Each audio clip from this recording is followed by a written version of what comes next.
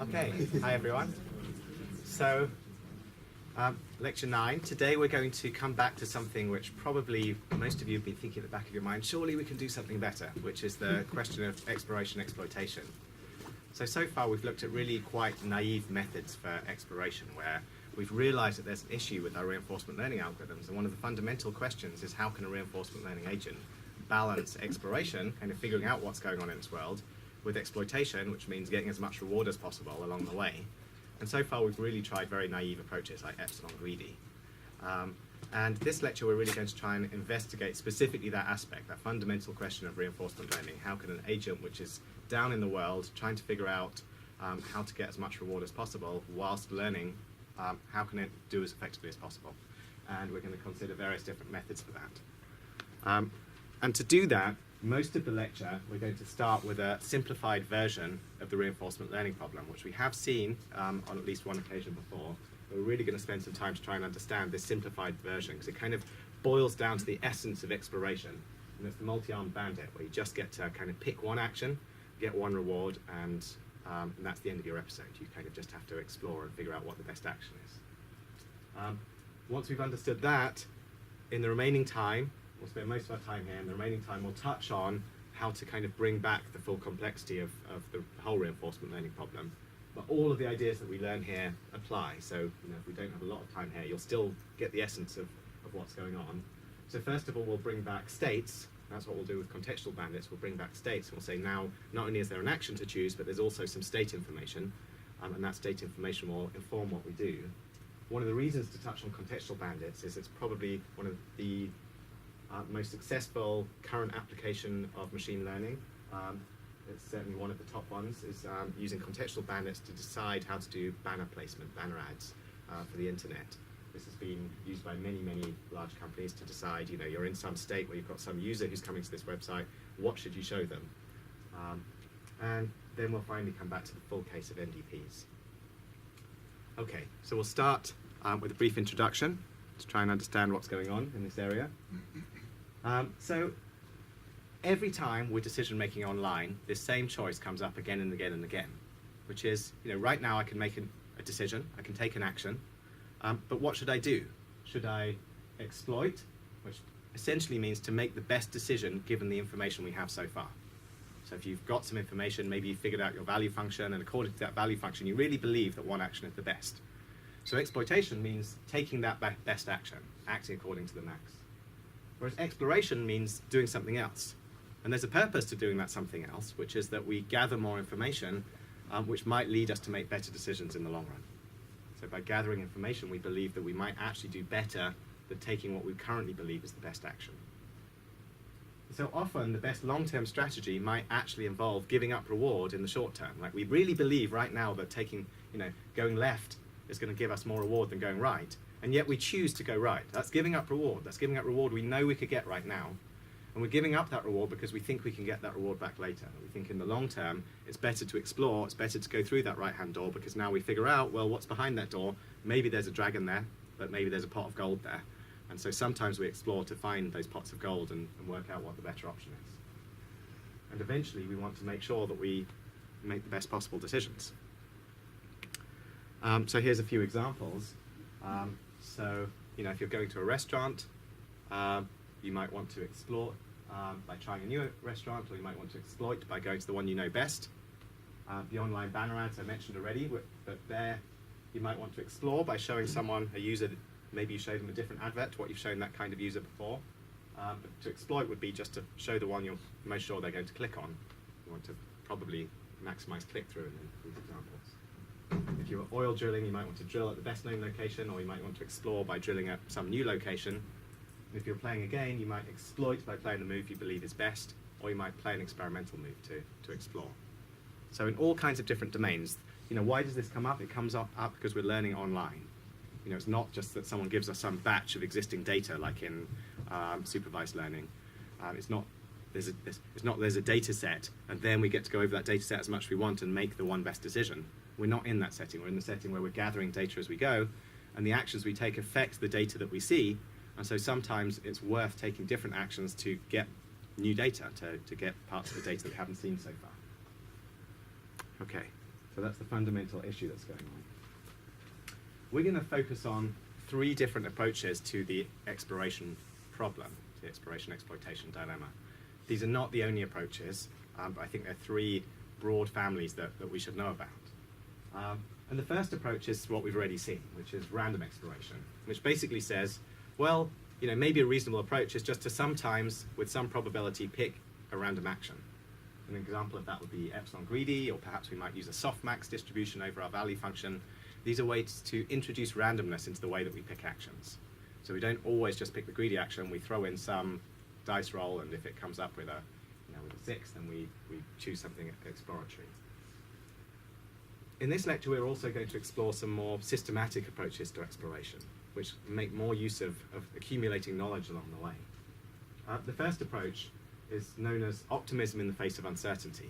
So this is like a fundamental principle that you should know about, and it basically says that if you're uncertain about the value of something, you should prefer to try that action. If you don't know, if there's one action that you're absolutely sure will give you 10, and there's another action which might give you anywhere between 5 and 20, which one would you take? Well, you should probably take the one which might give you 20, because in the long run, that means you'll be able to come back. If it turns out to be worth more than your safe option that gives you 10, then you should pick the option which has the greater potential, because it might turn out to be better. And then you can pick it again and again and again once you know that it's better. If it turns out to be worse, you've lost a little bit, but you can always go back to your preferred option. That's the idea of optimism in the face of uncertainty. So in order to do this, we need some way to measure our uncertainty on values, and we'll look at different ways to do that. There's a variety of different approaches, frequentist, Bayesian, and so forth. Finally, perhaps the most correct or theoretically careful approach to the exploration-exploitation dilemma, but the most computationally difficult, is to think about the information state space. So what this really means is to consider the agent's information itself as part of its state. So it's like, I'm in a state where I have tried left 3 times and I've tried right 1 time. That's a state now. We can say that's a state, and we can ask about how good is it to move into states where the agent has accumulated information. So if I might be in a state where I've never seen what's beyond that door over there, and that's a very different state to being in the same place but knowing what's beyond that door over there. And so if we bring the information into part of our state description, then we can actually really understand how valuable is it to accumulate information. How valuable is it to find a new piece of knowledge about what's inside that door? Maybe it's a really good thing because it will help me to get more rewards later on, but maybe it doesn't actually have much effect because there isn't enough time to exploit those rewards, or all kinds of other issues. So this is the sort of correct but computationally very difficult, because our state space blows up to something massively more complicated and difficult than we had before. So those are the 3 approaches we're going to consider. I really, just before we continue, I wanted to touch on something which I consider quite a fundamental distinction in the way that we think about exploration. It's not talked about too much, but there's really 2 different spaces in which you can explore. We can explore in the state space or the action space. So this means that if you're in a state and you want to consider, should I go left or should I go right from this state, we know that maybe I've been in this state and I've taken the left action before. So now if I'm doing state action space exploration, that means I know something about the state actions I've considered. So if I come back to this state space, I might try going to the right the next time around. That's using knowledge about the state action space to help explore this whole state space more effectively. There's parts of the state space I've seen, parts of the state space I haven't seen. There's actions I've tried, there's actions I haven't tried. We use that knowledge to help us explore systematically and figure out the right rewards. But there's a different space in which we might choose to explore, which is the parameter space. So in the policy gradient lecture, we saw that it was possible not just to work with value functions, but to work directly with policies. And in that case, our policies have some parameters. This describes a behavior. This describes how my agent's going to operate for as it goes on in the world. Like I drop down my robot, it's going to behave according to whatever parameters make our IBO walk according to some way of walking around. And what you can do is you can try some parameters for a while and see how they do. Now, exploration, you could mean to say, well, let's try some different parameters, the ones we believe are best right now. Let's just try some different parameters, drop down a robot with a slightly different walk, see what happens, see how fast it moves, and go back and try it again. So I call this parameter exploration as opposed to state action exploration. And it has some advantages and disadvantages. So the main advantage is that you get some consistent exploration behavior. So you get to try something for a while. Like I change its policy, maybe I'm going to try out this strange walk, and I'm going to try this walk for a while and see how that walk does. Whereas if you contrast that to epsilon greedy, with epsilon greedy it's like you re-randomize at every single step. You pick another action randomly, and so you might end up just doing a random walk in your state action space, which might not get you anywhere. And so consistency in your exploration is sometimes helpful. We see this particularly in the robotics field. This has come up quite often. The main disadvantage of parameter exploration is it doesn't know about the state action space. So now if my random parameters that I've tried take me to some state I've been to before, I don't know that I've been to this state before, and I don't even recognize that maybe I've already tried this action over here and I already know something about that. We completely ignore that. It's like treated as a black box, and we're just looking at this black box. It's like doing global optimization in parameter space. So calling this exploration, really what we're doing here is more like global optimization of our parameters. We're trying to optimize in parameter space. Whereas here we're trying to really understand the state space, trying to understand the action space, and trying to systematically explore and figure out the parts of the state action space we haven't been to before. And of course there's compromises between. But on the whole, we're going to focus on this first section here for the rest of this lecture. Okay, any questions before I move on? Good. So we're going to start with the multi-arm bandit. So this is the multi-arm bandit. No octopuses required, but it's basically, we can think of this as a simplification of the MDP framework, where we just have a set of actions, A, and a reward function, R. So we've thrown away the state space, and we've thrown away the transition function, and we've really simplified things down now. So all that happens in this multi-arm bandit is, it's called the multi-arm bandit because of these machines, which are known as one-arm bandits in the US. And so you can imagine there's all these different machines, and you kind of get to choose one of these arms. And each of these different machines has a different payout, some probability that if you pull the arm, you'll win the game and get a payout. But they've all got different payouts, and maybe one of them's paying out 70% of the time, another one's paying out 75% of the time, and we don't know in advance which one's going to pay out the most money. So now, which one should we choose next? You might try this one and it works out quite well. Now you try this one, works out quite well. But should you go back to this one, or should you try this one again, or should you try something different? There's a whole strategy to your exploitation trade-off, where you want to ongoing make sure you're hitting the best machines as often as possible, but whilst exploring to figure out, to make sure you're actually finding and identifying the best machine.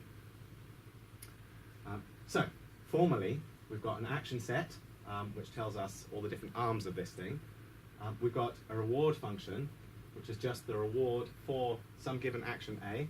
It tells us basically the probability of getting any different reward. So it's a distribution over rewards. So if I pull this arm, what's the distribution over the armor? The distribution over the reward that I'll get from this machine. What's the payout I'll get from it? So that's this thing. And there's a different distribution for each machine. And at every step, we just get to select one action. We get to pull one arm. And the environment generates a reward from the distribution. So we just sample from that distribution according to the arm that we pick. And the goal is to maximize the cumulative reward.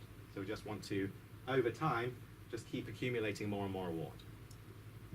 So it's the simplest case. You can think of this as like a one-step MDP, where you kind of just have, there's one state and one step. So you basically pick your action, you get a reward, and that's the end of the episode.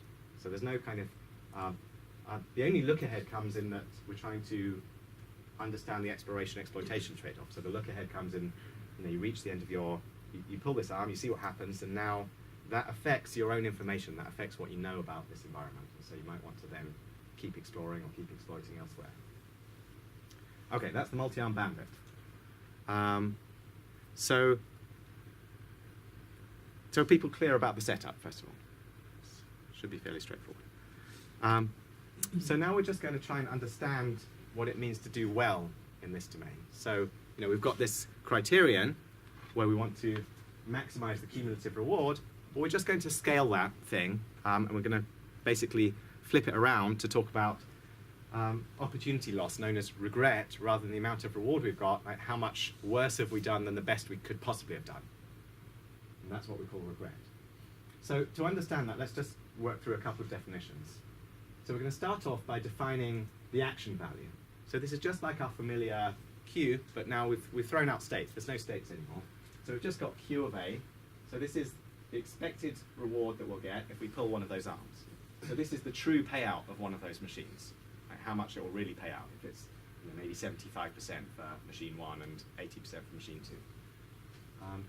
And the optimal value is the best that we could possibly do. If we knew which machine paid out the most, we would just always pick that machine again and again and again. So we would basically get the max of all our Q values because we'd always just choose the machine with the maximum payout. And that's the V star. That's the best we can do in this domain.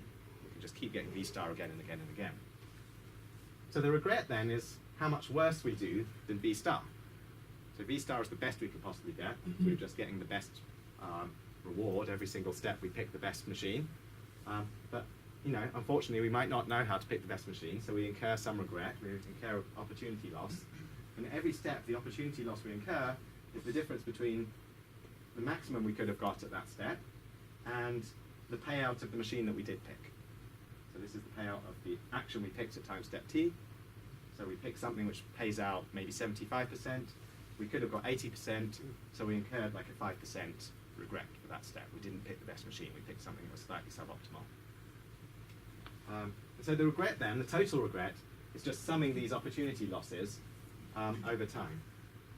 So we basically want to sum this up over time, and we want to see, well, what's the total regret that we're incurring if we just keep playing and keep playing forever. Okay? And so we're going to continue for t steps. We're going to play this game for t steps, and now we want to know if we play for t steps, how much opportunity loss do we incur? How much better could we have done? If we'd known the optimal value, if we'd known the optimal arm in advance, how much better could we have done? And so when we say we want to maximize cumulative reward, that's the same as trying to minimize total regret. Okay? And the reason it's useful to think about regret is just, we'll see shortly, it helps us understand how well an algorithm could possibly do. Like, independent of the scaling of the rewards, we can say things about how well our algorithm could do. And we want to find algorithms which basically bring the regret at each step down towards 0. So just one more slide to understand like what's good and what's bad about regret, and then we'll move on to some pictures to help understand this a little bit better. So the count is just the number of times we've pulled an arm. So we're going to count the number of times we pull an arm. And we're going to consider this thing called the gap. So the gap is the difference in value between some action A and the optimal action. So it's basically the gap between the best machine I could have pulled and some suboptimal machine. So if I'm wondering, if I would just want to know what's the gap for machine 3, that's the difference in value between machine 3 and the best machine. So there's some gap. It's like the difference between 80% and 75% again. There's a gap there of 5%. And it turns out that we can think of regret as a function of all of these gaps and these counts. So if you just count how many times you use a machine, and you count also the gaps, like you look at the gap between how much you could have got and the actual payout for that machine, we see that the regret kind of breaks down in terms of those two things. So the regret, we basically saw that it was the sum of these differences. This is like your instantaneous opportunity loss, the difference between the optimal value, this is the best you could possibly have done, the payout for the best machine, and the payout for the machine you actually picked. So the amount that you lose at every step is the difference between the best you could have done at that step, the maximum that machine could have given you, and what you actually chose at that step. And then we just sum those things up, and we see that basically, we can just pull out the counts now. We can say, well, if we're just summing up how much we lost each time we picked this action, then that's the same as counting how many times we chose this action and multiplying it by how much we lost each time we did pick that action. So we just have to count how many times we picked this action, that's our count here, and multiply that by this gap, like how much worse that action was than usual. Yeah, question? But we don't know the V star, right? We don't know V star, yeah. We We don't know V star. We don't know V star. Yes, we're going to come back to that. And so all of this is to say that we can just rewrite this regret, this thing we really care about optimizing, so we want to minimize our regret, we want to get as close as possible to optimal. But what we see is that the regret can be written in terms of these counts multiplied by these gaps. So what this tells us is that every time the gap is large, like if there's some action that you could take that's really, really terrible, like there's one of those machines is really horrible and it pays out 3% of the time, and there's a machine that pays out 90% of the time, well the gap, which would be 87%, is very large, so you need to make sure that you pull that arm very few times. Whereas if there's another machine which has a small gap, you know, maybe it pays out 85% instead of 90%, the gap is only 5% now. So now you want to, you know, you're okay with playing that one more and more. So what you really want to make sure is that you play the arms, you want to pick arms, the actions which are best as often as possible, and you want to pick the actions which are worst as infrequently as possible. It's intuitively obvious, but this is just saying it in math. And the problem is that these gaps aren't known. Like, we don't know these gaps. We can count how many times we pick an action, but we don't know the gaps because we don't know V star. Yeah, question? The gaps obviously are different for each action, but they don't change over time, is that right? This is for the stationary bandit where nothing changes over time. Okay. Yeah. There's extensions to this where it can change over So time. do Yeah. we take expectation over the numbers of how many times we choose this action, or should we also take the expectation over the Q, as Q is like reward and sometimes it's... So Q is defined as the expected reward for it's that already action. That's the expected. definition of Q. So there's already an expectation in there. Yeah. Okay. So the real question here is what does this regret look like over time? And what we'll see is that for most naive algorithms, like if we're going to consider a few naive algorithms before we start to consider better ones, what happens is that the regret, so if this is like time over here, and this is the total regret that we've accumulated, you know, what happens if we use one of our familiar algorithms like epsilon greedy? Well, what's going to happen is that every single step in expectation, there's some probability that we'll pick the best action, but there's also some fixed probability that we'll pick completely at random. And if we pick completely at random, that's always going to incur some regret unless we just stumble accidentally upon the best action. And so if we keep picking randomly, we're just adding on regret. We're adding on a sort of constant amount of regret every step in expectation. So we're randomly picking amongst our actions. There's some probability that we'll pick each of those actions, and each of those actions will incur some opportunity loss. And so there's some total hits that we get for not picking the best thing, and that just keeps getting added on linearly every single step when we act epsilon greedily. When we act greedily, we also incur this linear regret, as we'll see, because we might lock onto the wrong action. And the question is, can we ever get sublinear regret? Can we get some regret which basically, we want regret which kind of essentially, we want something that starts to asymptote out. We want something which gets less and less regret. As we see more and more stuff, we want to basically do better and better and regret our choices less and less and less as we go on. And the question is, how can we achieve that? Is it possible to achieve sublinear total regret? And happily the answer is yes, and we'll see why. But let's just start by considering the myopic cases first of all. So let's start off with greedy algorithm. So if we were just to, let's start by considering our usual type of algorithms that basically do, you know, Monte Carlo learning, taking means. So if we assume that we estimate how good our machine is, so we're going to consider each of these arms now. We're going to consider each of the arms. We want to know how good is that arm. And the natural way to figure out how good that arm is just to estimate the action value by taking the mean of all the payouts you've seen so far. So if I've tried this arm and I got 10, and then I try this arm again and I got 8, now we think that our Q of A for that arm is 9. Okay? And so that's our way we're going to estimate the true expectations of rewards. So it's the normal way. Think of this as the normal way, just like Monte Carlo learning. This is the normal way that we estimate values. And so this is just another way to say that we're forming the empirical mean. This is just using our indicator. We've seen this notation before, so we're just saying the action value at time step t is just the average of all of the occasions. This is an indicator function that picks out all of the occasions on which we tried that particular arm, and we're collecting together so we're summing the payouts we got each time we picked that arm and forming the mean. is just the mean. Okay, so the greedy algorithm, what does it do? Well, it selects the action with the highest value. We just pick the action with the highest value. That's the natural thing to do. So we've estimated how good this action is. We've estimated how good this action is. If this one's higher, we just pick it. Okay, and the greedy algorithm doesn't explore at all. It just picks it, picks it, picks it, picks it. And the obvious problem is that it can lock onto a suboptimal action forever. Like I might try this action and it looks good, and I thought this action was bad, so now I just keep applying this action forever. Or even I try this action and I try it again and I'm just a little bit unlucky, so I end up thinking its value is bad, and then I try this action once and it looks better, and I just keep trying it and keep trying it and keep trying it. So you can lock onto suboptimal actions forever, and as a result, greedy has a linear total regret. But in expectation, you can do the wrong thing forever. If you can do the wrong thing forever, that means at every step, forever, you're going to incur the loss, the regret, for taking the wrong action. So you're going to get that gap again and again and again and again. Okay? So it should be clear that greedy has a linear total regret, like you're making the same mistakes repeatedly forever with some probability. Okay? So what happens if we try and be clever? So the first idea to be clever is to use optimistic initialization. This is a really well-known algorithm, and actually this is a really good idea. So I don't want to give the impression this is a bad idea. This works quite well in practice. There are lots of applications where it's quite hard to beat this. And the idea is just to initialize the values to their maximum possible. So we start off by assuming the best about all of our actions.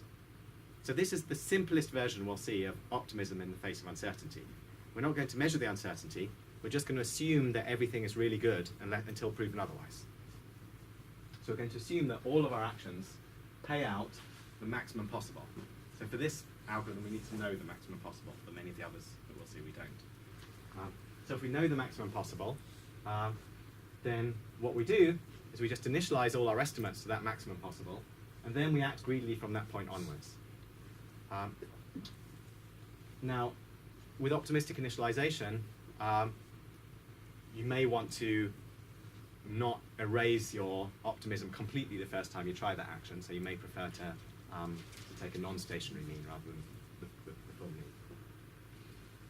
But again, so we start off assuming the best about things until proving otherwise, and then we still act greedily. And so this encourages exploration of things that we don't know about. But if you're unlucky about something a few times, you can still end up initializing something. So I start off thinking this action's the best possible, and then I try it and I'm unlucky, I try it again, I'm unlucky, and now I can still end up locking out this action forever because I might try this other action now, turns out to be better, and I never explore this one again. So you must have some kind of continued exploration to guarantee that you start doing better. Otherwise, again, you end up incurring the same regret every step. You can lock something out and just make the same mistakes again and again and again. So we want to find algorithms where we make fewer mistakes over time. That's really all this is saying. We want to find algorithms that make fewer mistakes as you get more experience.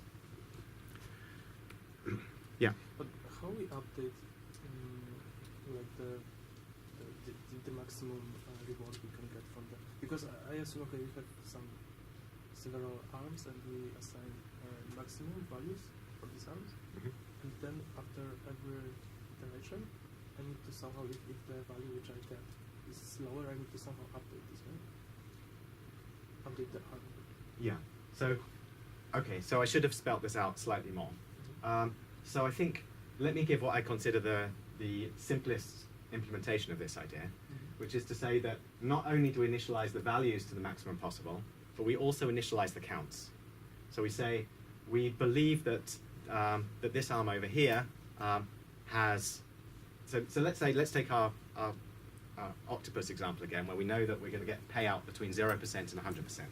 So now we know that our max is 100%. You might get 100% payout on this particular machine. Whatever you put in, it might pay out 100%. Okay. So now we want to initialize everything to 100%, but we also want to say how confident are we that it's really at that value. So what you can do is you can say, let's imagine that I'd actually pulled that arm 100 times and set the value so far to 100%. So we might imagine that it's as if we played that arm 100 times and got 100% payout on every occasion. And now you continue from there, making your Monte Carlo updates, and you take an empirical mean, including those 100 updates that you've seen so far. So this is equivalent to using like a beta prior, which we'll see later. Okay, so that's the canonical version. So we assume that Rmax is known. We know the best possible thing. We initialize all our arms to the highest value. We assign some confidence as some crude way of estimating uncertainty that we know about that. So we start off by assuming that that we don't know the best thing. It's as if we've tried it a few times, but we haven't tried it forever. And now, as you start to receive more and more data, it will overwhelm your initial kind of prior on what you thought it was. And so you just keep updating your means. So is that clear? You can start off by saying, yeah, it's just as if I've tried this arm 100 times and I saw the best possible payout 100 times. It's just as if I tried this thing 100 times and saw the best possible payout 100 times. And now, if it really is terrible, you have to play it a lot of times to bring down the mean. And so it encourages you to keep exploring things until they're really proven to be suboptimal. And so, although I say it can lock out the optimal action forever, you have to be quite unlucky. So I think the more confidence you assign to your prior, the more unlucky you have to be to lock out the optimal action. So it's not a terrible idea to do this.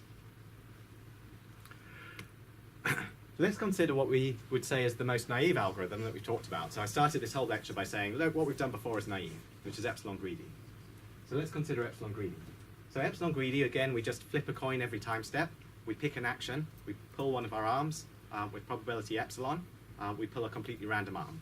Probability 1 minus epsilon, we pick the one we think is best so far. So now, what do we do? Well, we can be absolutely certain that we're going to incur some loss in expectation. We're going to keep making mistakes over time because we're still exploring randomly. So every time we explore randomly, we're very much likely to make some mistake and not pull the best arm.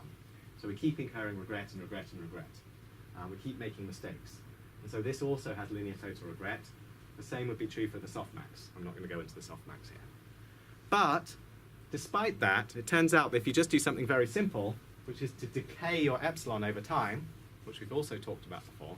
So you have some probability that you pick a random action, starts off at maybe 50%, and you just decay it slowly over time until it eventually reaches 0%. Now, it turns out that you can get sublinear regret. So, in particular, let's consider the following schedule. So, this is an impossible schedule. You can't do this in practice because it uses knowledge about V star, which we don't know. But let's say someone told us V star, and we could measure all of our gaps. Let's say we knew the size of all of our gaps, which we don't. If we knew the size of all our gaps, then what we could do is invent this schedule which says, okay, at every step, all we care about is the size of the smallest gap. Like, what's the difference between the best action and the second best action? So if we know the difference between the best action and the second best action, we can use that difference to craft a schedule which looks something like this. Don't worry too much about the form of this. It's just saying, basically, whenever the gaps are very small, we want to explore those actions more often. If the gaps are very large, we want to explore them less often. That's intuitively clear. Why is it second best not the average or the whole where the gap is greater than zero? Why don't we average over all of them? Yes, why is it second best strategy, but not the average over the... I think you could come up with many other schedules which would also satisfy this property, and averaging over them might well be able to do that. But this is like one simple Meaning schedule. that if you do the epsilon greedy strategy, the probability of epsilon, you choose the random strategy, which means that your delta would be, expectations of your delta would be average of suboptimal actions. The expectations of D, or The delta. this delta. Yeah. Okay. But we're not using the expectation of the gaps here. We're using, so one choice would be to use the expectation of the gaps, another choice is to use the min of the gaps. And to use that min of the gaps to just pick your schedule, that just determines the randomness that you use, and then you flip your coin with that according to that epsilon, choice of epsilon. So it's a valid choice. You could also use the expectation and come up with a different schedule. So just think of this as one choice for the schedule that depends on the exact individuals, individual gaps. And I think the main surprise here is that even this very naive approach, actually, it has logarithmic asymptotic total regret. So if we knew these gaps, we could, so what all this is saying is that actually epsilon greedy has the amazing property that if you decay epsilon according to the right properties, you essentially achieve the best results that you can get with bandits, give or take a constant factor and a term or two. And the only problem is that we don't know in advance what that schedule should be. But maybe it wasn't so naive at all, after all, what we were doing. Maybe epsilon greedy isn't quite as crazy. And I'll show some empirical results that kind of back that up. But what we really were after now is some kind of algorithm which achieves the same kind of sublinear regret as this idealized epsilon greedy, but without knowing the rewards in advance, without knowing V star and the gaps and all these things, so without advanced knowledge. So that's one way to understand these approaches. So if we just back up to the picture, really we're just after algorithms that have this kind of shape, and we've seen that decaying epsilon greedy has this shape. We make fewer and fewer mistakes over time as you decay your epsilon, but you need to know some special knowledge about the problem to be able to get the right schedule here, otherwise it ends up looking like this again. And so how do we make sure that we can achieve that without telling our agent things that it can't possibly know about the problem in advance? Okay? And so what I'm going to do is introduce a particular approach which achieves this nice property. It's very well known, one of the best known algorithms for, certainly best known algorithm for bandits, and very widely used in industry. But really I just want to give one more slide about the theory, which is just to say that it turns out that there's actually a lower bound on this regret. So in other words, there's something that says no algorithm can possibly do better than a certain lower bound. There's some lower bound on how well we can do in terms of the regret. And what we want to do is basically push down our algorithms closer and closer towards this lower bound. And the lower bound is actually logarithmic in the number of steps. So what is this lower bound? Well, the performance of any algorithm, what does it depend on? Well, it depends on what makes a problem at bandit hard or easy. So consider how similar the best arm is to the other arms. If the distribution, so what makes a hard problem is basically a problem where you've got two arms which look similar, they've got kind of overlapping distributions, so you're not quite sure, it's not obvious which one is the best. So what's an easy problem? An easy problem is one where you've got one arm that's obviously good, one arm that's obviously bad. You just try this once and it gives you a good answer, you try this once, it gives you a bad answer, you're done, it's easy. Okay? A hard problem is something where you've actually still got one arm that's much better than the other, but there's a lot of noise on these things. So sometimes you take this one and it ends up looking really terrible, sometimes you take this one and it ends up looking really good, and so now it's really hard to disambiguate them and you're making a lot of mistakes, and it takes you a really long time to figure out that this arm is actually much better than this one. So the hardest problems have basically similar looking arms with different means. It's hard to tell the difference between them. And so formally, the way we understand that is by the gap between them, like what's the difference between this arm and this arm, and how similar their distributions are, which we can use the KL divergence. And so all this tells us, so this is one slide of theory, so the total regret is at least logarithmic in the number of steps. Okay, so the maximum, so this is the total regret that we're incurring over time, this is that plot we were looking at, and the regret that we incur is at least logarithmic in terms of the number of steps that we take, multiplied by this term, which is basically proportional to the gap. So this basically tells us that the more different the arms are, the more regret will occur, and inversely proportional to the difference in the distributions. So this is the term that tells us how hard the problem is. Hard problems have similar looking arms, that's the KL divergence between them, with different means, that's the gap here.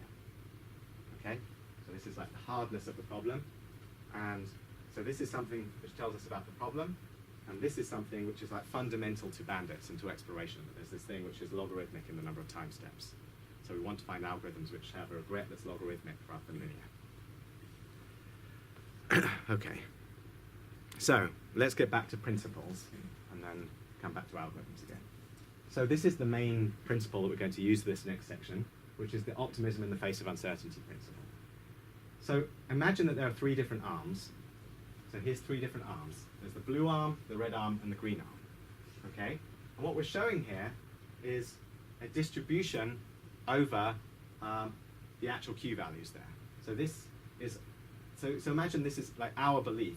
So right now, I've tried a few actions. Maybe I've tried this green one a lot of times, so I've got quite a good idea of what the mean of this green action is. I'm pretty sure that it's around in this range somewhere. And this x-axis tells us how good we think it is. So the further along this axis means this is basically the value that we expect to get from our payouts. And this one has a width something like this. We've tried it quite a few times. So this is our distribution over Q. We believe that the mean of this arm is somewhere around, I can't read these, 2 point something. Whereas this blue one, maybe we've only tried a couple of times and we're really not sure what the mean is. We think it's somewhere around here, but it could essentially be anything. And the red one's somewhere in between. And the question is, which arm should we pick next? So the optimism in the face of uncertainty principle says, don't take the one you currently believe is best. That's the green one. Take the one which has the most potential to be best. And in that case, this would be the blue arm. And the blue arm has the most potential to actually have a mean which is somewhere over here. If we look at it, the tail of this distribution has quite a lot of mass that says, hang on a minute, there's quite a good chance that this blue arm might turn out to have 3 or 4 or even more, a mean of 3 or 4, a really high payout. So we should really try that blue one and narrow down this distribution. And the idea of the optimism principle is that as you try it, you start to narrow down this distribution. So maybe you play this arm, you think that this one's got the biggest tail, you play it, and now maybe it turns out it's really a bad action. So now the distribution will be narrowed around something that's shifted a bit over this way, and the tail will be brought in, and now maybe you don't play that one again. So now maybe you try the red arm. Maybe that one also turns out to be bad. That will shrink the tail back in again. You'll end up with a distribution something like that. And now you'll play the green arm. That will narrow it down again. And as you narrow these things down, you start to get more and more sure about where the best action really is, until you're actually just picking the one that's actually got the maximum mean. So it's a way to really just keep doing things, pushing down your uncertainty, but at the same time trying the thing which has the most potential to do well. So this is the optimism in the face of uncertainty principle. And so the difficulty is that so far we've only talked about ways to estimate the mean. We haven't talked about ways to estimate this uncertainty here, when we've talked about estimating Q values. So we're going to talk about 2 different approaches now to solving this approach, one of which is frequentist, in which we assume nothing about the distribution, and the second approach is Bayesian, where we assume that someone gives us a prior probability distribution over our Q values. Okay, and the general idea we're going to use is something called upper confidence bounds. So the idea is to say, let's come up with an upper confidence for each action value. So we're basically going to say, I'm not only going to estimate the mean, like the payout I've seen so far. Maybe I've seen 80% payout for this particular arm so far, but I'm going to estimate some upper confidence on what I think that could be. Like this is think of this as the tail of that distribution we just looked at. So we're estimating for each of these things. We're not only going to estimate its Q value and estimate its mean. We're also going to estimate some kind of addition. We're going to add on like some bonus to this thing, which characterizes how big this tail is of that distribution. We're going to pick the thing with the highest bonus, the highest sum of Q plus something which tells us about this tail.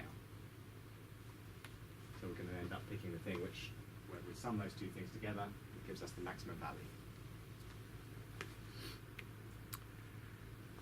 So we're going to estimate this upper confidence U. So we can think of this as a high probability upper confidence on what that value could be.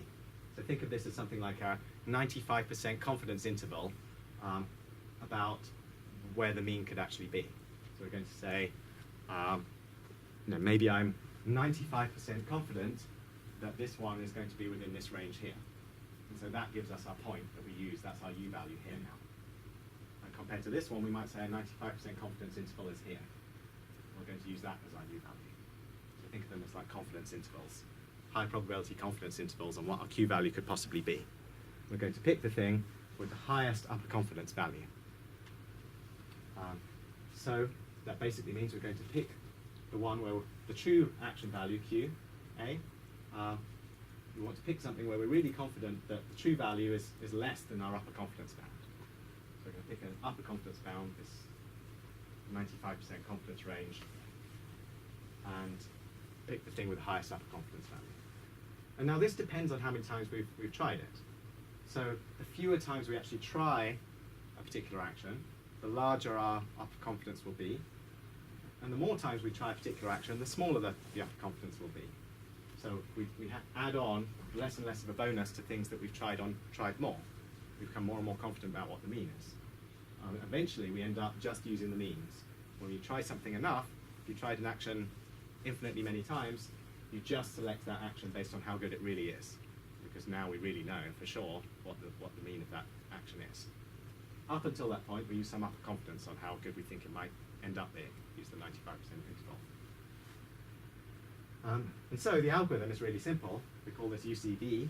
We select the action that maximizes the upper confidence bound. So instead of maximizing over Q, or instead of adding on some random thing, we pick the action that maximizes Q plus this upper confidence value, U. Okay. Is that clear? Some glazed looks, some people clear. Okay, any questions? Help deglaze people. Okay. So the UT goes to 0 as you try as many.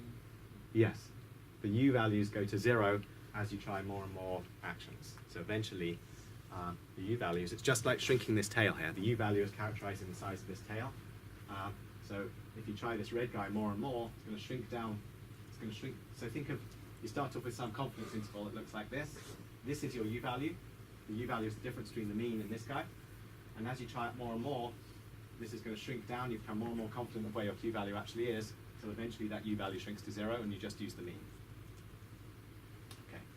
So you really want to just keep picking things according to this upper confidence value, and that helps you very systematically look around your action space and figure out which of those actions is giving you the best results. Are you making some assumption about symmetry of the distribution here as well? Okay, great question. Am I making any assumptions about the symmetry of the distribution? So for the approach I'm about to show, we make no assumptions about the distribution, and then we'll talk about ways to make use of assumptions about the distribution. Okay, so this is the distribution-free version. We're just going to use, this is a fundamental inequality from probability theory, from statistics.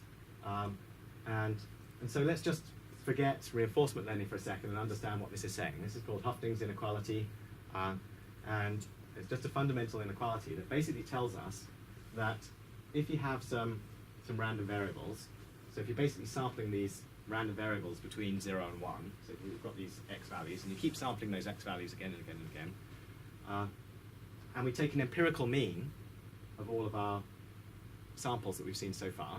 So you just keep seeing this data, you keep seeing this data, you take a mean of that data, then what's the probability that the sample mean is actually less? So what we want to know is, if we take our sample mean, that is the x bar, and we consider so what's the difference, what's the probability that we're wrong by an amount of u in our estimate of the empirical mean? So what's the probability that the difference between the empirical mean and the true mean is greater than u? Right? What's the probability that we're actually making a mistake in our estimation of this empirical mean by at least u? Okay? You've just seen a bunch of coin tosses, and what's the chance that the mean of your coin tosses is actually different from the real bias of your coin by more than u? And it turns out that you can bound this thing by this arbitrary seeming exponential value, and this is true for any distribution. Doesn't matter what the distribution is, doesn't matter if it's symmetric, doesn't matter anything about it. This is always true. In fact, it's maybe a little bit weak because of that. It's not making a lot of assumptions, and therefore it's perhaps quite a weak inequality. Yeah? So in the case of the bandit mode, so this requires that you have bounded rewards. This requires that you have bounded rewards. So if you don't have rewards in the range 0 to 1, we just scale them to 0 to 1. Or there's another version of Hufting's inequality that uses arbitrary range values. But the version I'm going to use is simpler, and so the easiest way to do this is you just scale your rewards back into 0, 1, and exactly the always theory applies. But that means you know the bound, you know some range on your, our max and our min. If your rewards are normally distributed, so there is no So there's no like maximum value that you can get in new Yeah, this assumes, for this result, it assumes that you've got a bounded distribution. So there is at least one assumption. It's true for any bounded distribution. Thank you. So we will apply Hufting's inequality to the bandit case. So all we're doing here is we're applying exactly the same inequality here. And now we see this is basically saying what's the probability that I'm wrong in my estimate of these Q values by more than my U value. And what we're going to do is we're going to use this to solve for the U value, to set this upper confidence value to the appropriate amount. So we want to know where should I place my upper confidence thing to guarantee that this probability is, say, within the 95% interval. So this gives us a way to compute like these 95% confidence intervals. Because we know that the probability that I make a mistake of more than this U value is bounded by this value. So if we plug in this thing to be 5%, then we'll solve for our upper confidence value in a very general way. So that's what we're going to do now. So we're going to pick a probability. So this is like picking our 95% interval. We're going to pick for that p-value. We're going to solve for our u. And so all we do is we just set this thing, set the right-hand side of our Hufting inequality. This is the probability that we make that mistake. We set that to some value, like our 5% interval. And we solve for u. So to solve for this, we just take logs, which gives us this thing. We divide through by minus 2n, and we take a square root. This is squared. And that gives us this upper confidence value.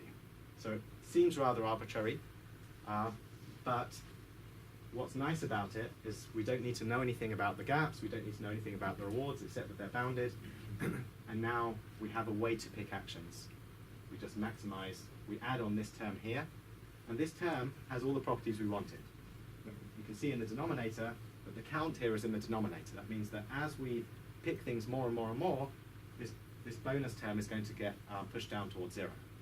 And for actions that we haven't tried very often, they're going to have a very large bonus term. So the less we've tried something, the more uncertain we are, and the more we add on to this bonus. Gives our interval. And now what we do is we pick in something like a schedule, where what we actually want to do is to make sure that we actually guarantee that we pick the optimal action as we continue. We want to really get these asymptotic regret things to be logarithmic. So the second thing we do is we add a schedule to our p-value. So we don't fix it to like 95%. Instead, what we do is we slowly increase this thing over time to be more and more confident that we've included the true q value in our interval. So what we want to make sure is that we are guaranteeing that we select the optimal action as t goes to infinity.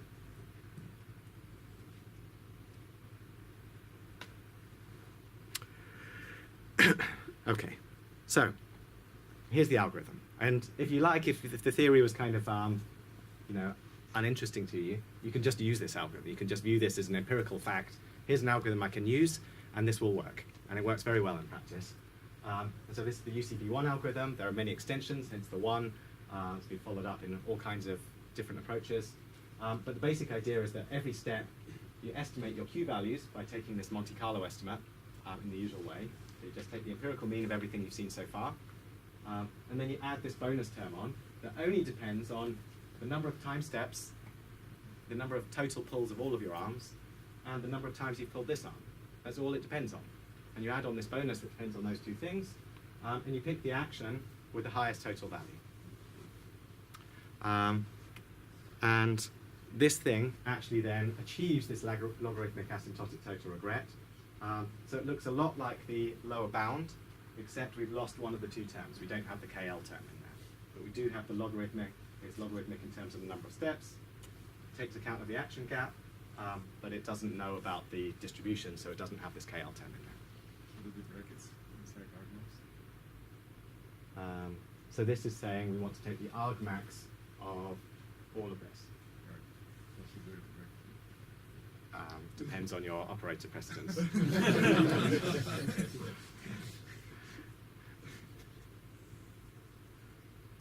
Right. Okay. So it's an algorithm. How does it do in practice?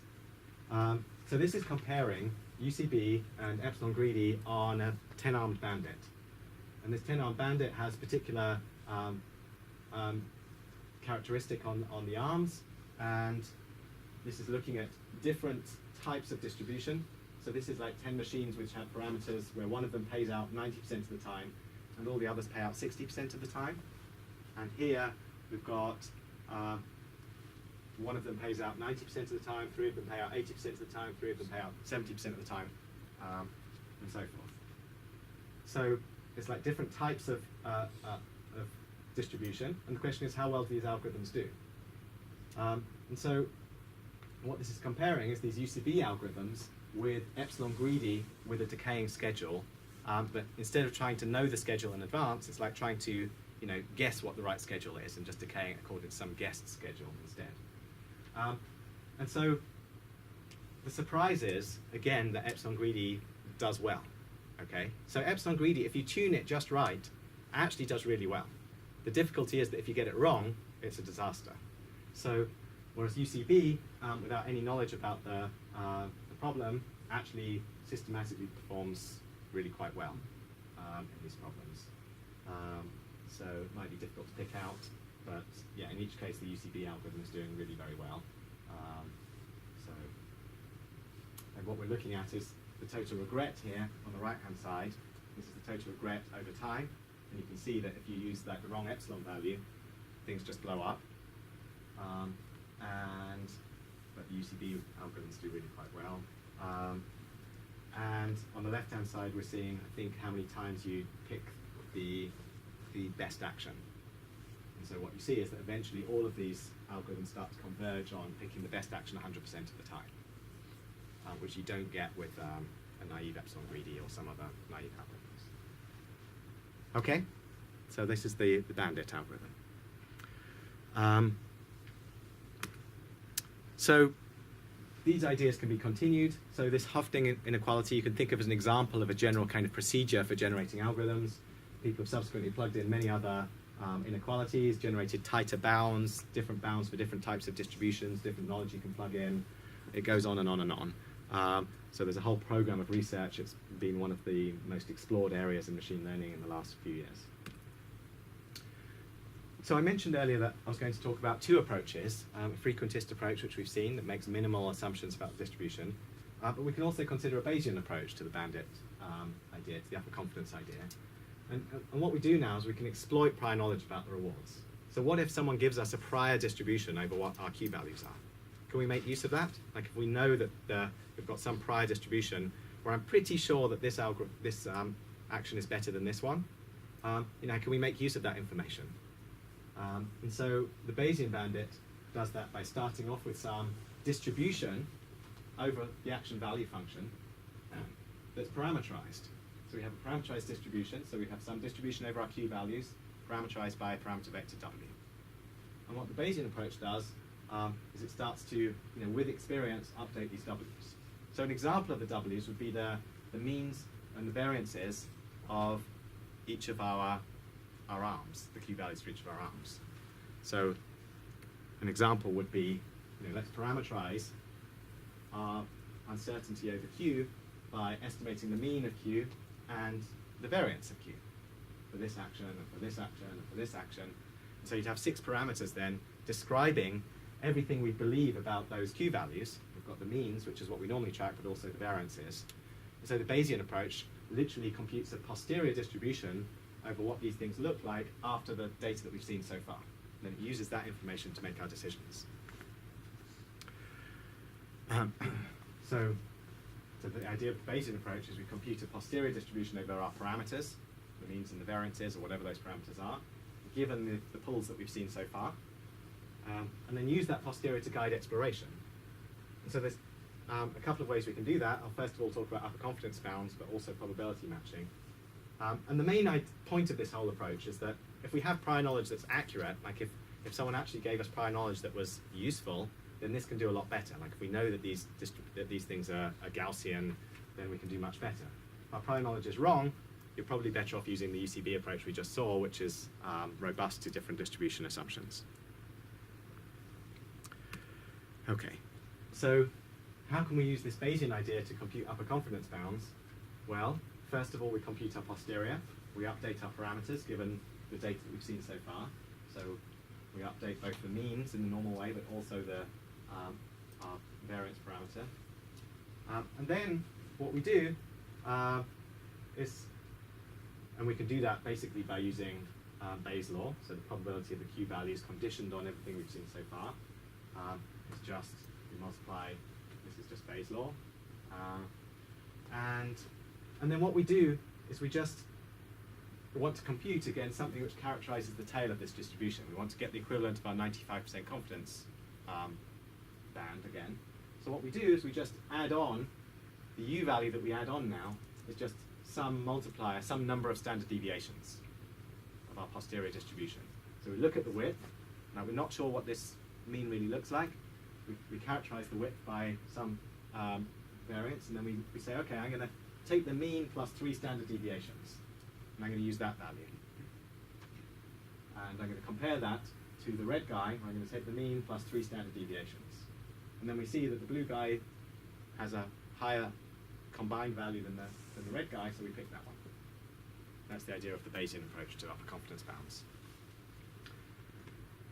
So it's really the same idea as the UCB algorithm that we just saw, but using prior information and updating our posteriors more explicitly. We're explicitly estimating this distribution, whereas before we weren't even tracking the distribution at all, and we were just using a fact about distributions in general to give us our upper confidence bound. Okay. There's a second way to make use of our probability distribution. So if we've computed all of these posterior distributions over our action values, so we've got the blue guy and the red guy and the green guy, there's another way to make use of this information. And this is also true for any Bayesian method. And the idea is to do something called probability matching. So this is instead of the upper confidence bound idea, you can do something called probability matching. And so the idea is to select an action according to the probability that that action is actually the best one. So if I've got 2 actions and I kind of can compute that, you know, according to my beliefs so far, maybe there's a 30% chance that this action's the best, and there's a 70% chance that this action's the best. So then I just sample those actions in proportion to my belief that they're the best one. So then I actually pick this one 70% of the time and this one 30% of the time. So that's the idea of probability matching. It's a heuristic. It's a heuristic that guides us to picking the action most which has the chance of being the best, the highest chance of being the best. So in other words, our policy, the way in which we actually pick actions, is just the probability that our Q value for that action is actually the best Q value. So we want to pick actions in proportion to the probability they're actually the best one. And so what's nice about probability matching is it automatically does this optimism in the face of uncertainty idea. In other words, if we've got some uncertainty over our Q values, and then we kind of just, if we just probability match, we automatically pick things which are which have higher uncertainty. Like the more uncertainty there is in something, the more chance that thing actually could turn out to be the max. In other words, if we look at these distributions again, you know, what's the probability that blue is actually going to end up being the max? It's fairly high. There's a good chance that blue will actually end up being the max because it has this big tail there. Whereas there's a relatively small chance that if you had something, you know, over here with a tight distribution, there's a very small chance that this thing could end up being the max, and so we would never pick it. So we pick things in proportion to the probability that they could be the max, and that encourages us again to be optimistic in the face of uncertainty.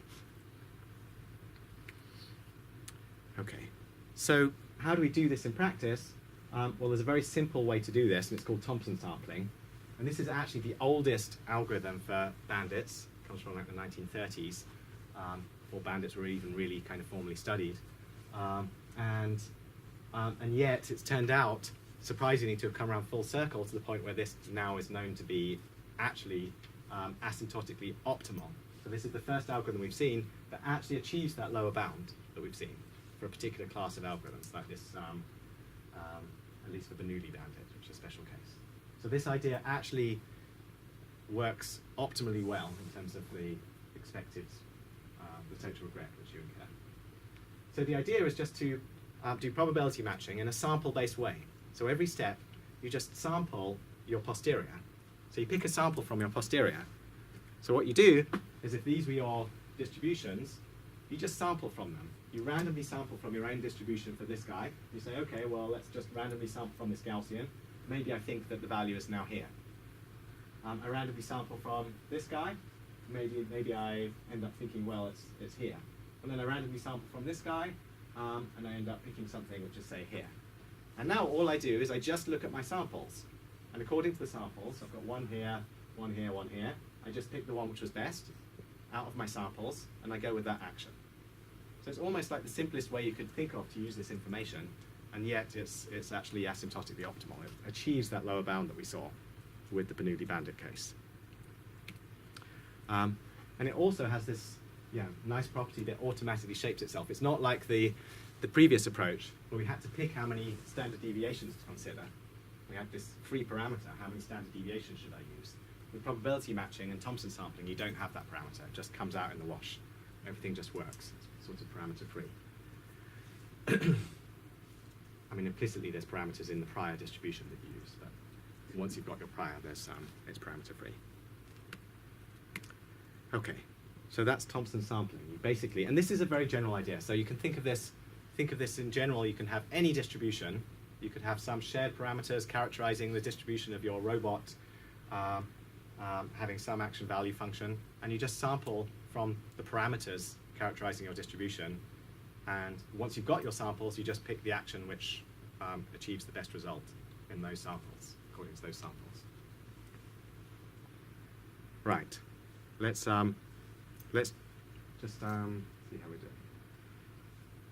Okay. Let me just pause there, take questions, and then we'll move on to the next section. Questions? Yes? How does the situation change if you know you have only a certain number of experiments that you can? Okay, great question. How does the situation change if you've got a limited budget?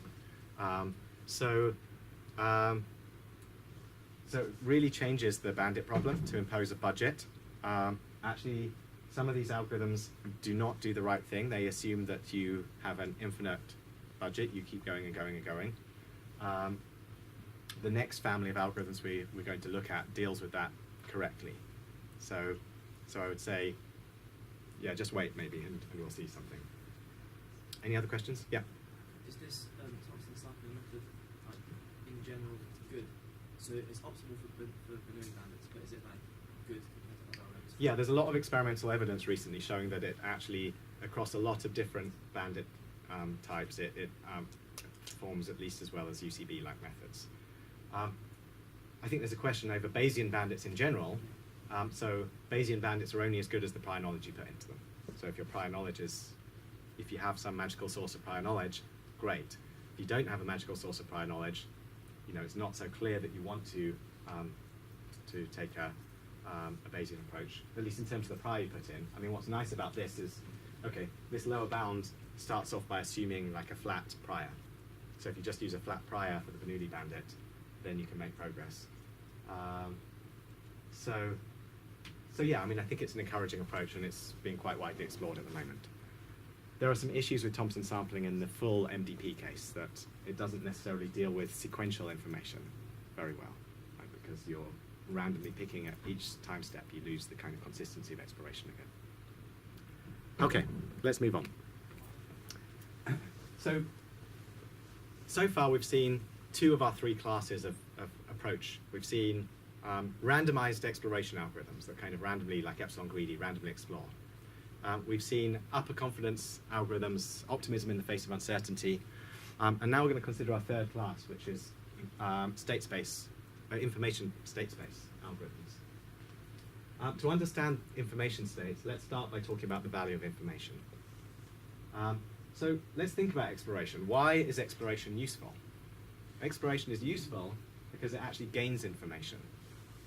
Like if you weren't gaining information, if you just tried some action, but then you weren't told how much reward you got from taking that action, there would be no point to explore. You wouldn't be able to learn from it. So exploration is useful because we gain information. So if we can quantify the value of that information we've got, we can trade it off perfectly. Like if we know that, if I've got two rooms, one of them I know what's inside that room, another room I don't know what's inside that room, if I can quantify how much long-term reward I would gain by exploring the unknown room, how much is that worth to me in terms of units of future reward? If I can quantify that, I can make the perfect decision about whether to go into that room or not. So the value of information is trying to quantify the value in terms of units of reward of actually taking an exploratory action. So we can think of this as, how much, if I'm an agent and I'm making decisions, how much am I prepared to pay to take some action that I currently believe is suboptimal? So I know that I can get, £100 by pulling this lever, but I'm not sure how much I'll gain by pressing this other lever over here. I think right now it's worth about £70 to me. So can I quantify how much it's worth to me to pull this lever in terms of my future payout? And the value of information depends on all kinds of things, one of which is the budget, one of which is, how many more times will I be able to play this thing? If I'm only able to play this thing, 3 more times, it's probably the value of that information is less, because I'd rather just take the £100 because, I'm not, even if I figure this thing out, I'm only going to be able to play it a couple more times. Whereas if I know that the budget is going to continue for the next 1,000 steps, then I'm more tempted to try. The value of information is greater. So we can think of this as the long-term reward after getting information, take away the immediate reward. So the difference between how much we gain by having this piece of information compared to just the immediate gain of getting the £70 or whatever from taking this action. So information gain is higher in uncertain situations. So if you know everything about a situation, there's nothing to be gained by acquiring more information. We already know exactly the right thing to do there. So what we want to do is to explore uncertain situations more, but we want to kind of do this optimally. We really want to figure out what's the perfect way to balance exploration and exploitation. Everything we've seen so far, in some sense, is a heuristic. Upper confidence bounds, it's a heuristic. Thompson sampling, it's a heuristic. All these things are heuristics that, in the more complicated cases, those heuristics start to break down, particularly when we start to look at full MDPs. So what's the real best way to trade off exploration and exploitation? So the way we can do this is to think of an information state space. So we're going to now transform our bandit problem back into an MDP, into a sequential decision-making problem. And the way we're going to do this is we're going to think about an information state, this S tilde thing here. It's going to be, that's what we know so far. This is a summary of all the information we've accumulated so far. So this summary we can think of as like, I've pulled this lever 3 times and this lever 5 times. That would be an example of an information state. And now, what we're going to do is each time we actually take an action, it's going to transition us. We're going to have like an MDP with a transition probability that transitions us into some new information state. Like I know that if I was in a state where I've pulled this lever 3 times and this lever 5 times, and I pull this lever again, then I know I'll be in an information state where I've pulled this lever 3 times and this lever 6 times. That's my transitions. I've got an MDP now where I'm transitioning from information state to information state. And so we can define an MDP over information states now. So we've augmented our original problem, our bandit problem, into an augmented information state space. Where we've got this M tilde, that's our overall MDP. And now we've got this information state space. We've got our normal action space, these are the levers, the arms of my bandit. We've got our transition matrix, this is the way that we transition from information state to information state. We've got my normal reward function. We've augmented our action space and our reward space, our original bandit problem, which was A and R. We've augmented it to make an MDP out of this thing that takes us from information state to information state as we traverse this bandit, as we try different things. This is a very large MDP. This tells us about all the different possible information states we could be in as we start to explore this bandit. So let's consider the simplest case. Let's consider Bernoulli bandits. So a Bernoulli bandit is basically like a coin flip bandit, where the reward function is just you flip a coin, and with some probability mu A, so for action A, like the left lever, there's some bias to that coin that tells me if I'm either going to get a reward of 1 or 0. So with probability mu A, I'll get a reward of 1. So just like a coin flip with some bias, or we could think of this as our machines with the octopus again. This is the payout of those machines, the probability that this machine will actually pay out. And an example of this would be like a pharmaceutical drug company, and you want to do a test and you want to try someone on this drug, and with probability mu a they get better, and with probability 1 minus mu a they don't get better, and that's your Bernoulli bandit problem, and you want to find the medication, the drug that's got the most chance of succeeding. And so what's the information state here? Well, the information state is the counts. That's one example of the information state. It's the counts. How many times have I pulled this arm and it's failed, and how many times have I pulled this arm and it's succeeded? So how many times did I try this drug on someone and they got better, and how many times did they not get better? And if I can keep those statistics summarize everything I've seen so far. A sufficient statistic of that's given all of the pulls that we've made in this bandit problem. So, just to make that concrete, you probably can't see this at all. It's very small and blurry, so I'll read it to you, or at least explain it. So this is our drug example. We've got two different drugs that we're considering. This is the American sense of drug. We're not talking about heroin or something. Well, you can imagine it that way if you like. I'm going to think of it as a pharmaceutical drug. And there's two different arms you can pull. That's the two different drugs. So I've got some patients, and I'm going to either offer them drug 1 or drug 2. And I'm going to start off with these prior distributions over those drugs. I'm going to start off not having any idea of the effect of drug 1, so it's got like this flat prior. These little diagrams here are like probability distributions over the mean, what I think the payoff will be for this particular drug. So I start off thinking that the probability density is flat. Like I don't know what the success probability of this drug is, so I'm just thinking it's kind of flat. There's a chance that it's going to have 0 probability, and there's a chance it's going to have 100% probability, and everything in between we're just going to say it's kind of flat. But for the second one, we're going to assume it's probably around 50-50, but it could be anything still. And then we're going to proceed from there. Those are the priors. So now what happens is we could consider this whole look-ahead tree. We could say, well, I could pick the left arm. If I pick the left arm, I'll be in a situation where I would update my distributions in the following way. I would update my distributions to say, well, let's say I try drug 1 and it succeeds. Well, now I would start to skew this distribution towards success. I would start to think there's more probability that it's a good drug than a bad drug. But if it fails, I would skew that distribution in the opposite way. I'd skew it like this now to say there's some probability that this is more likely to be a failing drug. And so this is one way to just do a look ahead over this space. Once we're in this situation now, we can consider again, if this succeeded, I might look ahead again and say, well, now I'd be in an information state where I know this has happened so far. This is my statistic, my summary of everything that's happened so far. And I can look ahead again. And I could say, well, maybe I would try drug 1 again, and maybe it will succeed and lead to this state, and maybe it will fail and lead to this state.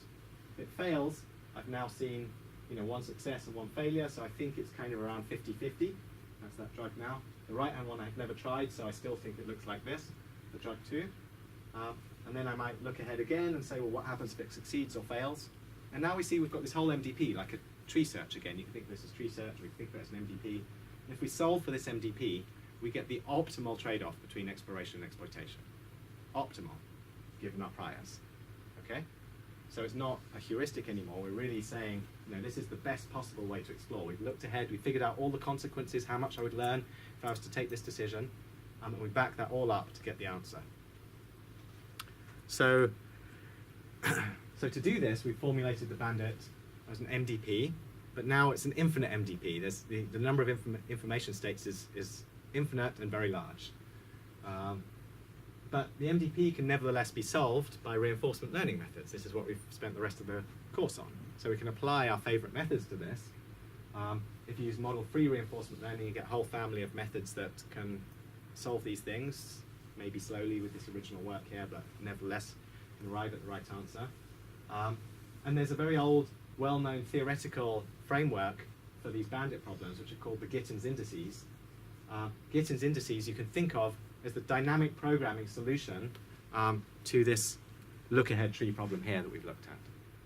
Okay, so you can solve this thing by dynamic programming. We know the transition probabilities because we've created, we know what distribution we're using, and we know that if this thing succeeds, we know how we would update our own distribution. So we know how our information states would transition. And this whole approach is called Bayes adaptive reinforcement learning. So it basically means you start off, okay, now let me clarify that. So we can work with information states, and there are many, many different ways to work with information states. If we characterize our information by a posterior distribution, then that's what's known as Bayes adaptive reinforcement learning. That you characterize, like in this drug example, what would it look like? It would look like characterizing everything we know about the problem by a posterior distribution over the payouts. So the Bayes adaptive idea is that in each state, you summarize all the information you know about that state by some distributions over how well your actions will perform. And then you solve for the MDP, where at each state you've got some distribution. So let's make that concrete. So in the Bernoulli case, what happens is that we start off with some beta prior at the beginning, at the root of this search tree. We start off with some beta prior. This is like our flat, we don't know how the drug's going to work, so we start off with maybe these things being like 0 counts, or maybe we have some other parameters for each action. And so for each action A, we're going to have some prior, like a beta prior, telling us how good we think that that particular arm is. And then every time an action is selected, we just update the posterior. We update this beta distribution, and the beta distribution has this really nice property that all you need to do is to count things. So what happens is if we see a reward of 0, all we do is we update our failure count, and we'll just adjust our posterior distribution. We increase our failure count by 1. And if we succeed, then we update our success count by 1. And this just changes our beta distribution a little bit. So the states of our information state MDP are, in this case, beta distributions. So we use the posterior of our of how good we think each of these drugs is as the state of an MDP, and we solve for that MDP.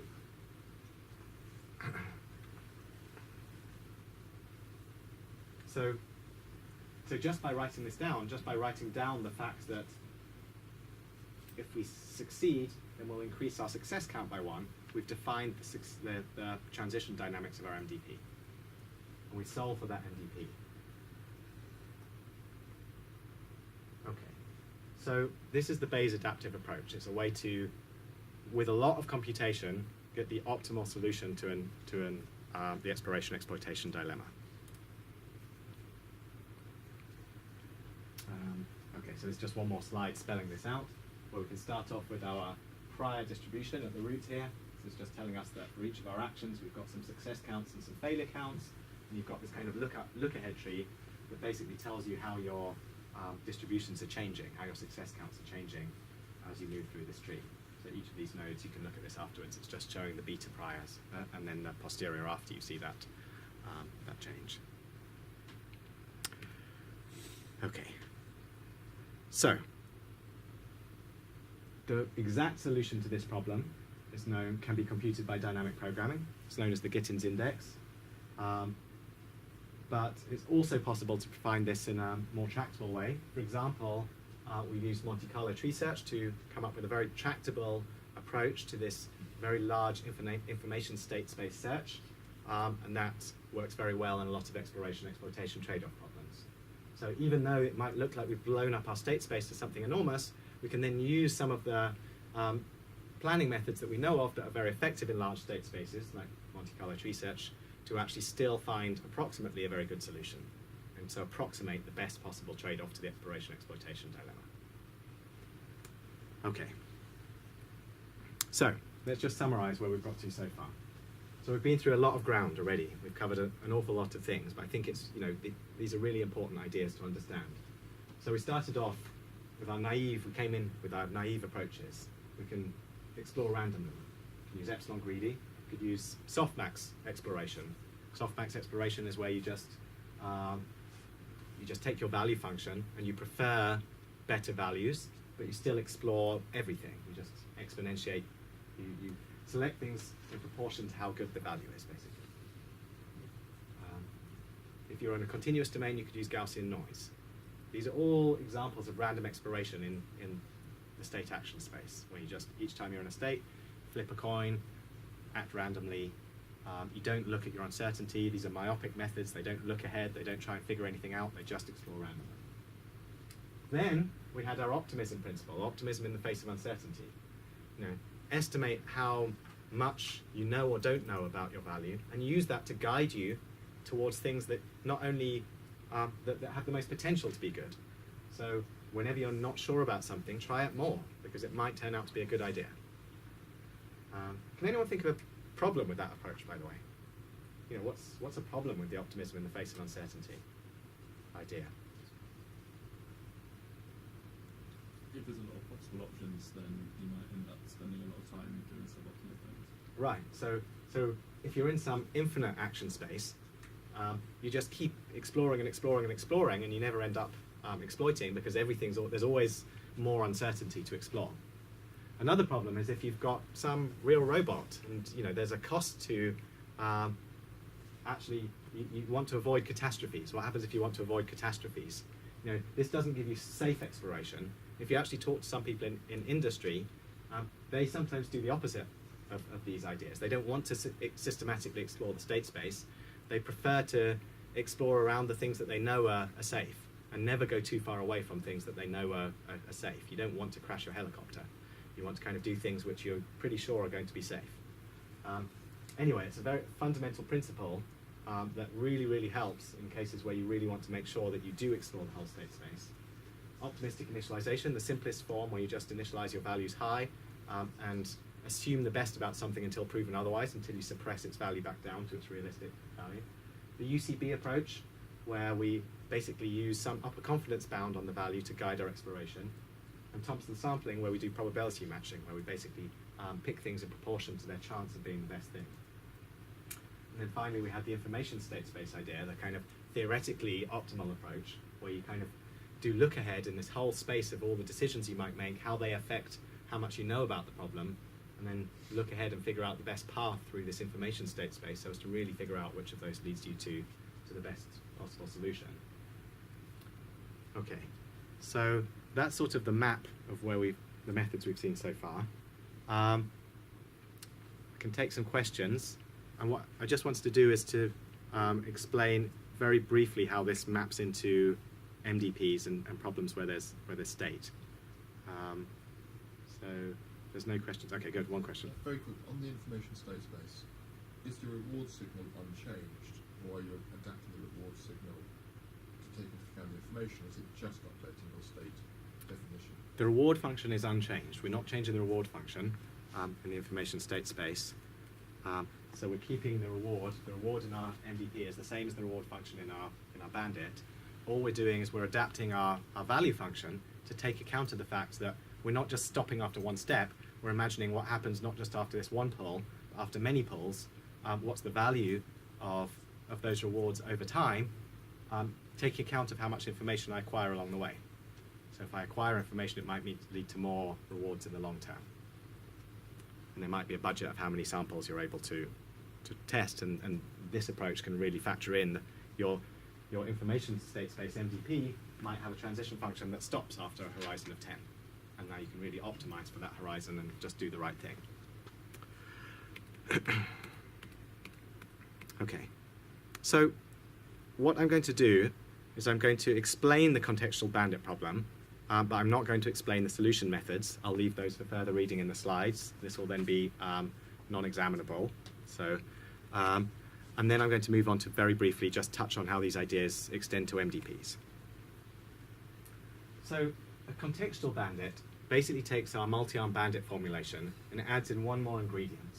So what we're doing is we're putting states back into the picture. So we still have this idea that we pull an arm, and as a result of that arm, we're going to get some payoff. So we've got some action space, which is our arms. We've got some payoff, which is the rewards. And the canonical example now is going to be like banner ad placement on the internet. So a user comes in, and we need to show them some advert, and we want to maximize the probability that they actually click on that advert. You know, assume that we're some cynical company that's trying to just maximize click-through, or alternatively help the user experience what they want to find, depending on who you talk to. And now we basically want to figure out how to do this. And the key thing is that we've got some context. We don't just come into this blindly. We don't just show the same things regardless of who comes in. We track some statistics. We're told something about the user. Like maybe we're told, what continent they're on, or maybe we're told something about the history of what they clicked on in the past, or some other statistics about that user. And so we want to shape the adverts that we show to users depending on what kind of user they are. And so that state then becomes this S, some context information. So we're now shown a state, we're given a state, and we need to pick an action, and then we get some reward. And then you're shown another user, you're shown some state, you get to pick an action, you get a reward. Do they click or not? And so there's state now informing what you do. And so we basically extend our reward function to depend on the state as well as the action. And now at every step, we're basically picking this action, and we're again trying to maximize the cumulative reward that we get over many, many steps. And this is the contextual bandit problem. And there's, I think you can just read about this. And there's an example that's taken from Yahoo. This is the front page news problem, where they use this contextual bandits to select what news article to recommend to an individual based on the statistics they've seen about that individual. And you can just see from these examples what happens when you use some very simple contextual bandit algorithms. They get this very, very nice improvements in probability. They're able to actually pick news articles that are very appropriate to people and make them much more likely to click on them by using this kind of contextual bandit approach. Again, using an upper confidence type idea. So in the lecture slides, you'll find the upper confidence bound approach extended to contexts using linear function approximation. Okay, I don't expect you to understand that right now, but feel free to have a look at that. Very briefly, how can we take the ideas we've seen so far and extend them to the full case that we care about if we're really building an agent? Right? We want to do reinforcement learning. We want to drop down our agent into Atari, or our robot into the real world, or our helicopter and throw it out there. We want to understand how to trade off exploration and exploitation so as to find the best solution to whatever problem we're addressing, whilst getting as much reward as possible along the way. So this is just to say that all of the ideas that we've seen in the previous sections extend to the MDP case, every one. So you can take upper confidence bounds for MDPs instead of for bandits. So what would that look like? Well, what we would do is we would take our Q value, our action value. We say I'm in some state now, and I'm considering all of these actions. And if I know some kind of uncertainty of these Q values, I might say, well, let's add on some bonus which encourages me to explore the actions that I've tried least, and encourages me to explore the actions that I'm most uncertain about. It's the optimism in the face of uncertainty principle extended to MDPs. And so if I know that idea, that gives me a way to pick amongst actions, so I always pick the one that I'm most unsure about. And so there's the first idea of which did this was an interval estimation method, where you basically just have some method that says my Q values, I'm pretty sure they're between 10 and 20, and then we just pick the top end of that interval as the value that we use. You can also use the more sophisticated methods that we saw with Hufting inequalities or whatever. One thing I want to stress about this is that this idea is not quite perfect in MDPs, because this ignores a very important fact, which is it ignores the fact that when we're in an MDP, and we're just evaluating our current policy, that policy is likely to improve as we start to, if we're doing control in the MDP, we're going to start improving our policy, and the Q values are actually going to get better and better and better and better. So the uncertainty correctly should take account not just of how uncertain our Monte Carlo estimate is so far of the current Q value. It also needs to take account of how much more our policy could improve. So our Q values could be wrong in two ways. They could be wrong because I haven't estimated my current policy, haven't evaluated my current policy well, or they could be wrong because there's a lot of improvements I can still make. So correctly, we need to take account of both of those, and that's hard to do. One approach I just want to mention, which is an optimism in the face of uncertainty principle, which is very popular for MDPs, is the following idea.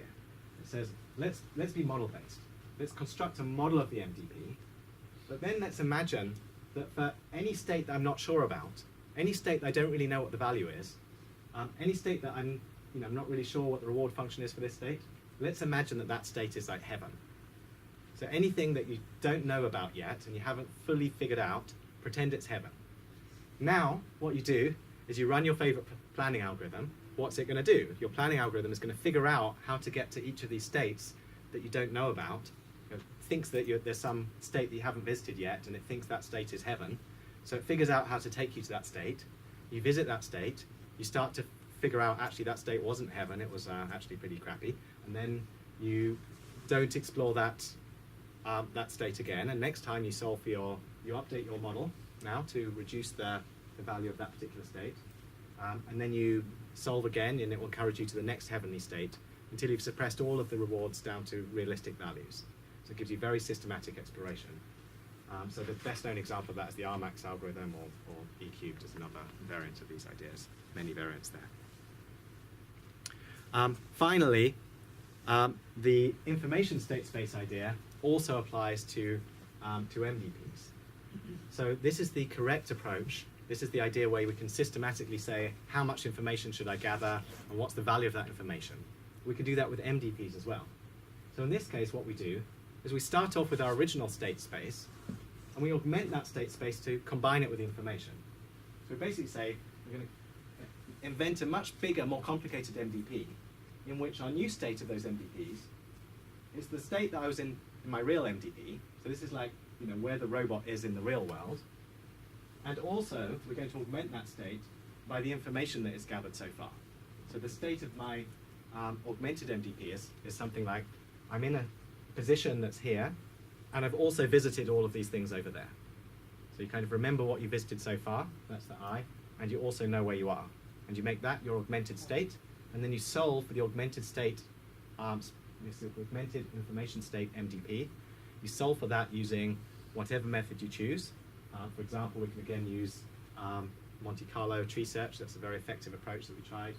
And you can get really, if you can solve this thing, it blows up to a very, very large MDP. But if you can approximate the solution to this MDP, you start to get the optimal trade-off between exploration and exploitation. So this actually has proven quite effective, at least in some cases of moderate complexity. It hasn't been scaled up to really challenging MDPs yet. Okay, so we've looked through these kind of progressively more complicated approaches to exploration and exploitation, starting with random exploration, bringing in this principle of optimism in the face of uncertainty, and finally looking at the most systematic case where we use the information state to guide the optimal solution to these exploration-exploitation dilemma. We've also looked at progressively more complicated settings. We started with the multi-armed bandit, we progressed through contextual bandits very briefly, and then touched on MDPs. And so this space really tells you about what are the solution methods and problem types that you can combine together so as to get a handle on the exploration problem in reinforcement learning. Okay, thanks everyone. So I just want to important notice, so the final lecture is at a non-standard time. So I posted to the mailing list and it's up on my website, but the final lecture will be taking place next Wednesday, not on Thursday. I believe it's at 10 a.m.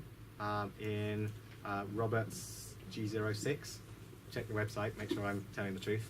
But I'll post again just to confirm that's the case, but it's not here. Don't come here. It will be closed next Thursday. That's a UCL holiday anyway. And again, just to stress that that's going to be non-examinable material, so I know it's outside official class times. You won't find yourself doing worse than the exam if you can't make it, but it should be really fun. We're just covering games, it's a case study. There'll be 0 equations, very few equations. Okay, thanks everyone.